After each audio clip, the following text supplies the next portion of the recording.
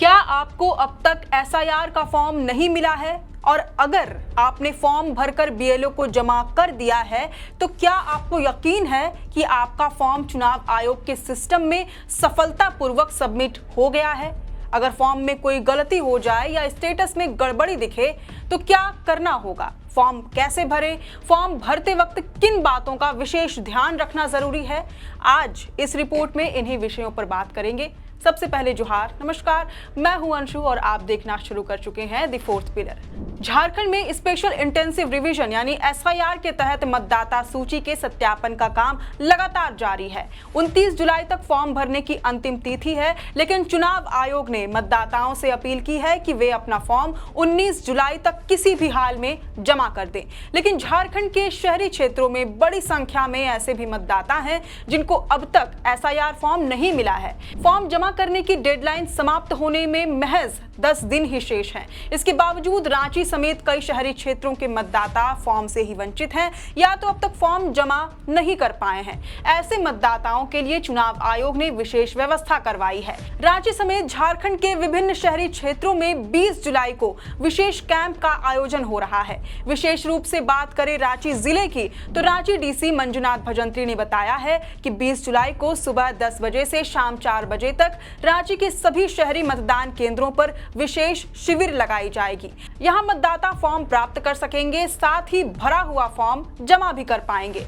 शिविर के दौरान कुछ मतदाताओं को साल 2003 के रिकॉर्ड के मिलान में दिक्कतों का सामना भी करना पड़ सकता है। प्रशासन का कहना है कि ऐसे मामलों में संबंधित दस्तावेजों की जांच के बाद आवश्यक प्रक्रिया अपनाई जाएगी। साथ ही ये भी स्पष्ट किया गया है कि जिन मतदाताओं ने पहले ही अपना फॉर्म बीएलओ के पास जमा कर दिया है या ऑनलाइन आवेदन सफलतापूर्वक सबमिट कर दिया है, उन्हें दोबारा शिविर में आने की जरूरत नहीं है। यह सुविधा केवल उन लोगों के लिए है जिन्हें या तो अब तक फॉर्म नहीं मिला है या जिनका फॉर्म जमा नहीं हो पाया है।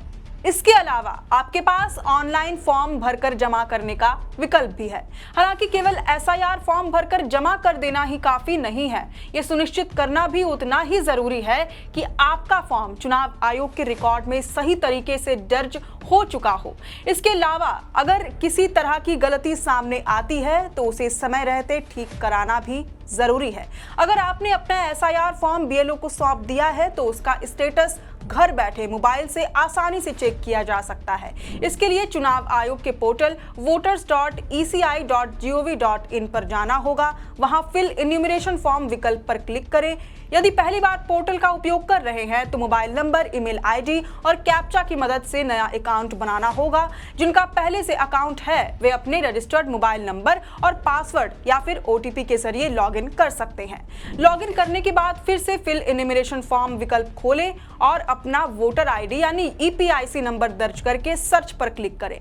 इसके बाद आपके सामने आपके एसआईआर फॉर्म का स्टेटस दिखाई देगा। अगर स्क्रीन पर यह संदेश दिखाई देता है कि आपका फॉर्म संबंधित मोबाइल नंबर के साथ सफलतापूर्वक सबमिट हो चुका है तो इसका मतलब है कि आपका आवेदन चुनाव आयोग के सिस्टम में दर्ज हो चुका है। लेकिन अगर स्टेटस की जगह नया फॉर्म भरने का विकल्प दिखाई देता है तो इसका अर्थ है कि आपका फॉर्म अभी तक रिकॉर्ड में अपडेट नहीं हुआ है।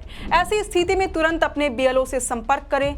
कई बार ऐसा भी हो सकता है कि सिस्टम में फॉर्म सबमिट दिखे लेकिन उससे जुड़ा मोबाइल नंबर आपका ना हो या आपने फॉर्म भरा ही ना हो और फिर भी सबमिट का संदेश दिखाई दे।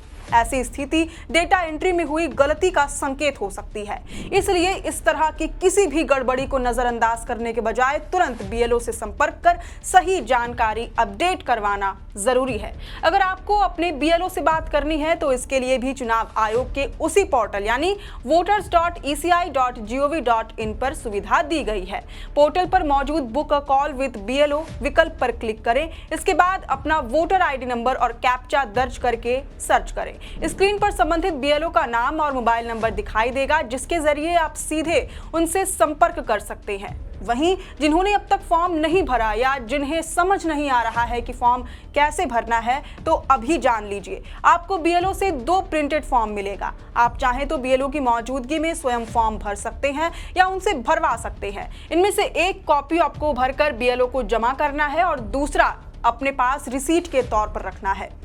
फॉर्म में 2 सेक्शंस हैं। ऊपर के सेक्शन में 2003 एसआईआर की डिटेल भरनी है, जबकि नीचे के सेक्शन में वर्तमान की डिटेल फिल करनी है। ऊपर वाले सेक्शन में अगर 2003 की वोटर लिस्ट में आपका नाम है तो उस समय का विवरण दें, लेकिन अगर आपका नाम 2003 की वोटर लिस्ट में शामिल नहीं है तो अपने माता पिता के 2003 एसआईआर वाली डिटेल भरें। ध्यान रहे कि 2003 एसआईआर वाले डिटेल को जस का तस भरना है। अगर उनमें कुछ गलतियां हैं तो उन्हीं गलतियों के साथ ही ऊपर वाले सेक्शन को भरना है, बिना किसी बदलाव के। इसके बाद नीचे वाले सेक्शन में आएंगे। इसके पहले कॉलम में वोटर अपनी जन्मतिथि भरें, दूसरे कॉलम में वोटर अपना ईपीआईसी नंबर यानी वोटर आईडी नंबर भरें, तीसरे कॉलम में अपना मोबाइल नंबर दर्ज करें, चौथे कॉलम में वोटर अपने पिता का नाम भरें, पांचवें कॉलम में वोटर अपने पिता का वोटर आईडी नंबर भरें, छठे कॉलम में मतदाता अपनी मां का नाम दर्ज करें, सातवें कॉलम में मतदाता अपनी मां का वोटर आईडी नंबर लिखें, आठवें कॉलम में वोटर अपने पति या पत्नी का नाम दर्ज करें और नौवें कॉलम में मतदाता के पति या पत्नी का वोटर आईडी नंबर भरें। आखिर में फॉर्म पर मतदाता अपना या परिवार के मुखिया के हस्ताक्षर और एक वर्तमान की पासपोर्ट साइज फोटो के साथ ये फॉर्म बीएलओ को जमा कर दे। फॉर्म भरते समय कुछ बातों का विशेष ध्यान रखना भी बेहद जरूरी है। जन्मतिथि सही फॉर्मेट में लिखें, ईपीआईसी नंबर में किसी तरह की गलती ना करें, परिवार के किसी भी पात्र सदस्य का नाम न छूटने दें। फॉर्म भरने के बाद उसे बीएलओ को जरूर जमा करें और अपना सही मोबाइल नंबर दर्ज करें, क्योंकि गलत नंबर दर्ज होने पर भविष्य में ओटीपी और अन्य जरूरी अपडेट नहीं मिल पाएंगे। मतदाता सूची में आपका नाम सही बना रहे और भविष्य में किसी तरह की परेशानी ना हो, इसके लिए जरूरी है कि फॉर्म समय पर भरें, उसका स्टेटस जांचें और किसी भी गलती को बिना देरी ठीक करवा लें। छोटी सी सतर्कता आपके मतदान के अधिकार को सुरक्षित रखने में बड़ी भूमिका निभा सकती है। आज के लिए इतना ही। अगर आपको ये रिपोर्ट उपयोगी लगी हो तो इस वीडियो को जरूर से लाइक और शेयर करें। हमारे चैनल द फोर्थ पिलर को जरूर से सब्सक्राइब करें। आप देख रहे थे द फोर्थ पिलर। मैं हूं अंशु, कैमरे के पीछे हैं सहयोगी मनीष। शुक्रिया।